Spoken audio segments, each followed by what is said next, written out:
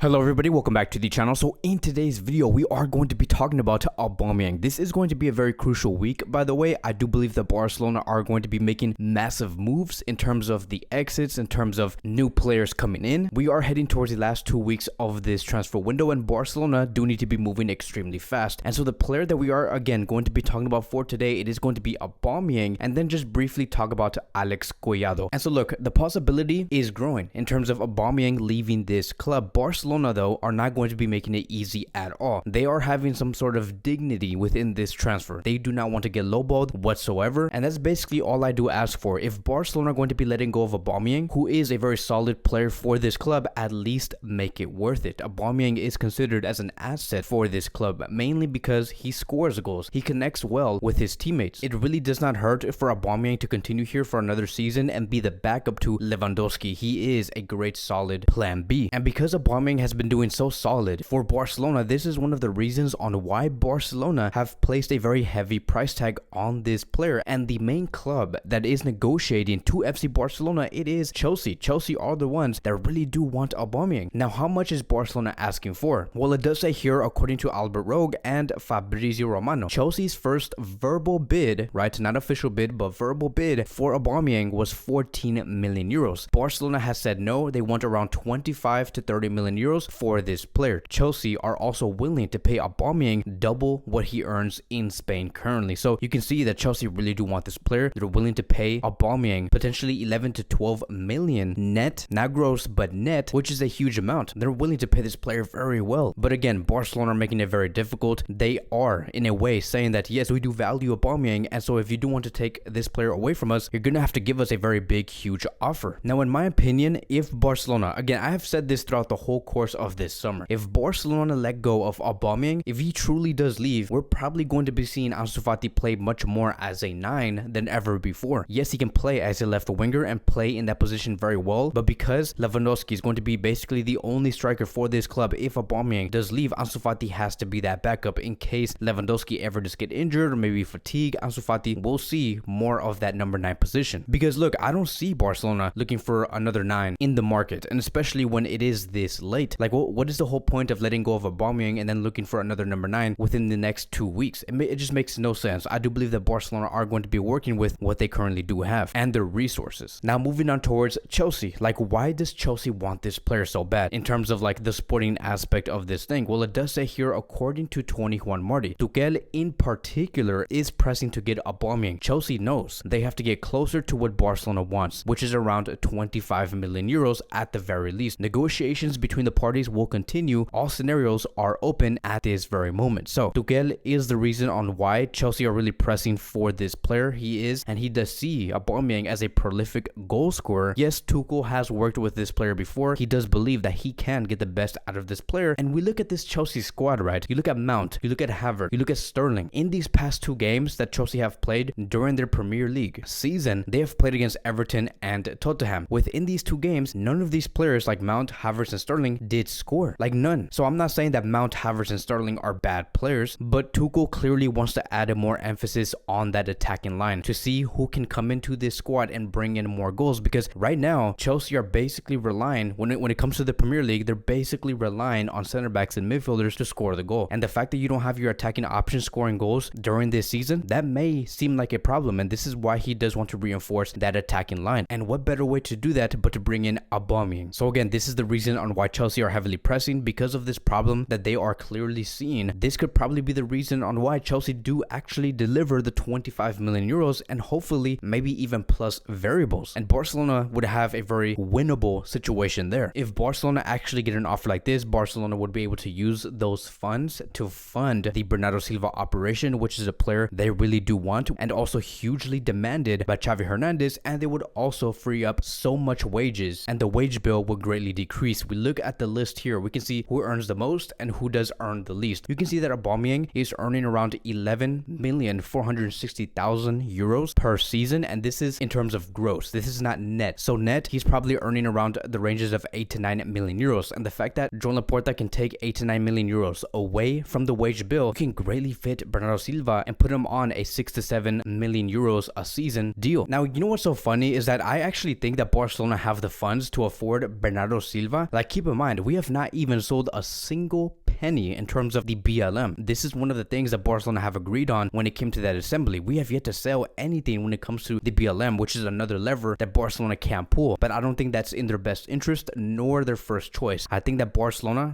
Joan Laporta, Mateo Lemán, all of these people within the board want to see if they can just sell the players first, see what type of funds they could get, and then bring in the players they actually do want. So it makes complete sense when it comes to this Aubameyang operation. Chelsea are going to be getting exactly what they want sportingly. Barcelona are actually also going to get exactly what they want sportingly and financially. And so let's see how this does evolve. Now let's move on towards the last phase of this video, and let's talk about Alex Collado, because yes, it is official. Barcelona have announced that the loan of Alex Collado to Elche is done, and it is going to be until June 30th, 2023. There will be no buy option included within this deal. So Barcelona do plan on making this player return to this club next year around this time. This is going to be the second time in a row Alex Collado does get sent to a different club within the Spanish league by Xavi Hernandez, and it really makes you wonder, right? Like, when is Alex Collado going to actually settle in Barcelona? And I understand why Collado was loaned out yet again. It is because the competition is getting harder and harder, right? The competition is getting greater because of the wingers that we do have. We have Rafinha, Dembele, Ferran Torres, Ansu Fati, and we do not even know if Abde is going to be getting continuity, yes or no, but that is basically like another player that is added towards the winger positions. So of course you're going to be seeing Alex Collado get loaned out. It's just the best for this player. I have no idea if this player has a future with Barcelona, because going based off what we do see, many of these players like Ansu Ferran Torres, Dembele, Rafinha are still very young and want to deliver great results for this club, and they're going to be here for the long term. Unless like Alex Collado gets a 10 goal and 10 assist season with Elche, then maybe Barcelona might consider this player to come back and add more emphasis towards his minutes within the club. But if he does not do something like spectacular, I just do not see Alex Collado continuing with FC Barcelona. It's really hard and very unfortunate for this player. Now, during the preseason, he was solid. You can see that he was really trying. He was defending well, attacking well. But I think that one of the reasons on why Barcelona are loaning out this player yet again, it is because their intention is to sell him eventually. And when you want to sell a player for a very good margin, that player has to see a lot of minutes. You have to show towards the other clubs on why this player is very good, which is why I believe Barcelona want to loan out this player, is to sell him at a very good margin when he does perform well. So throughout the season, we're going to have to watch Nico Gonzalez perform for Valencia. Let's see how they do. Also with Alex Collado performing with Elche. And this is basically going to be a tryout season for both of these players. It's going to be a crucial season because they have to do well. If they do well, they will have their chance to continue with FC Barcelona. But that is going to be wrapping up today's Barcelona Daily News. Thank you guys so much for watching. If you guys are new here, welcome to the channel. Please like, subscribe, comment, and I will see you guys in the next video.